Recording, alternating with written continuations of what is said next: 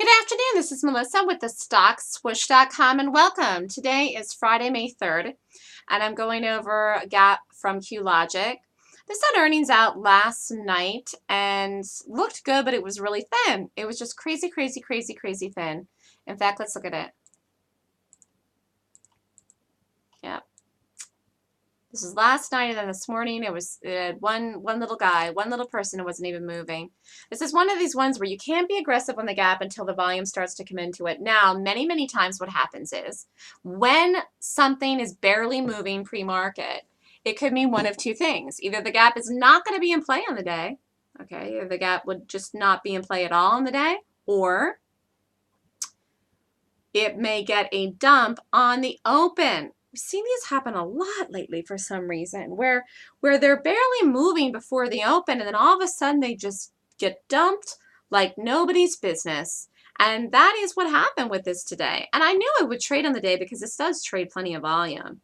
So it was just one of those things where it didn't come up on people's radars right away. It didn't participate in a post and pre-market yet. However, it was on people's radars why they were waiting until the open to just get out of it. They said, forget this thing, we're done. And really it went past the target. I mean, the target was down here, 991. It actually went 20 cents past the target, but many times that's what happens when these starts to go underway and actually get the momentum, which is on the downside, into them, they will fall off a cliff. They will fall off a cliff. And, you know, you couldn't take this on the open. You can't do it. You can't do it with no volume. You got to wait till the volume comes in. So the volume came in, it started to drop, and you can't chase it. And let's just look and see what was the volume of the first bar. Yeah. No, you had to wait. You had to wait till all this stuff was going on. And even here, I can tell this was a little thin at this point. Now it's almost 3 million shares right now. But in the morning, if you're looking to get in an aggressive trade, you have to wait till the people start coming up and into here. And it looks even like the people didn't even start coming into this till late.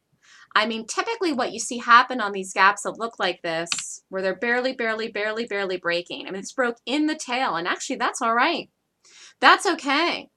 As long as the quality of the gap is good. I don't want to play something that doesn't break a tail if the gap is a piece of crap. If the gap rates high and the chart is good, I will play a break of a tail. But the gap has to be good, and you've got to know the difference. Otherwise, you know what happens? It doesn't break. Okay, so if the gap isn't good and it breaks in the tail, if the gap is not good, if the gap doesn't rate high and it doesn't break the tail on the open, not the trading day, on the open, you can't do it.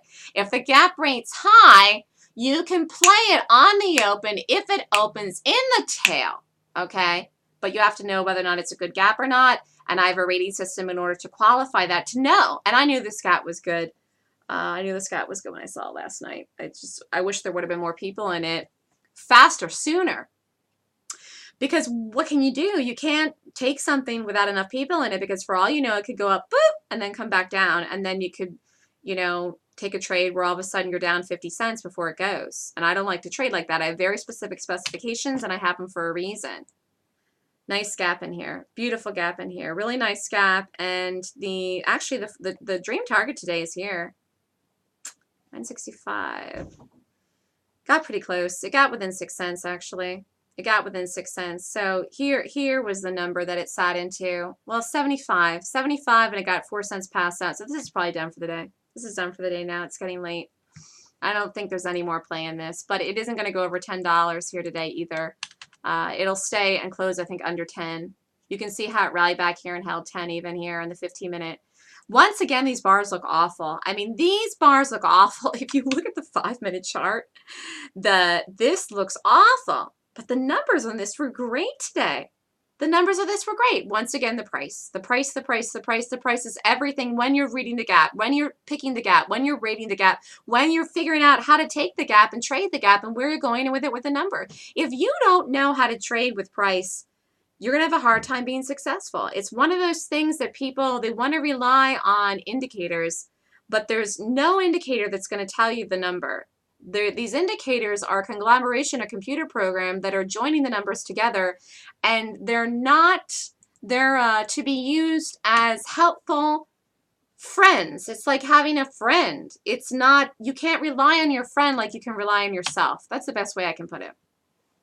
You can't rely on an indicator to tell you the price. The price is the price, and that's what you do. You just read it. You don't rely on an indicator for the price reading. You read the price and know what you're reading, okay, and know what it means as well. Just like you don't rely on a friend more than you rely on yourself. Who do you want to count on? Yourself. Your friend is there to help you if he can, but he might not be able to help you every time you ask him. Same thing with an indicator. Do you follow me? So, the best thing you can do is learn how to reprice. And the numbers on this are great, even though the chart looks horrific. It really does. The 15-minute even looks bad. The 5 looks terrible. The 15 looks bad. Talk about things not conforming properly with pivots and stuff. It was a mess. But the gap is good. It's solid. The numbers are real. It's holding $10 and we'll close over that today. This is a nice gap. And this could even actually continue. I mean, here, I very easily think this gets down to 950, 950. Actually, you know what? As soon as it breaks this bar, it's going to crash and burn. Hold on. It's gonna get down to all the way down here to 864, 865.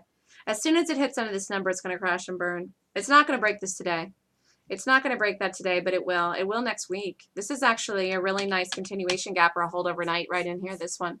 I mean, this is so weak today, and look at the market. It's doing it. It's doing it. It got the sell-off. The volume came in. It took a little while, but it went underway. Nice play in this huge risk to reward if you did this trade. A beautiful, beautiful thing.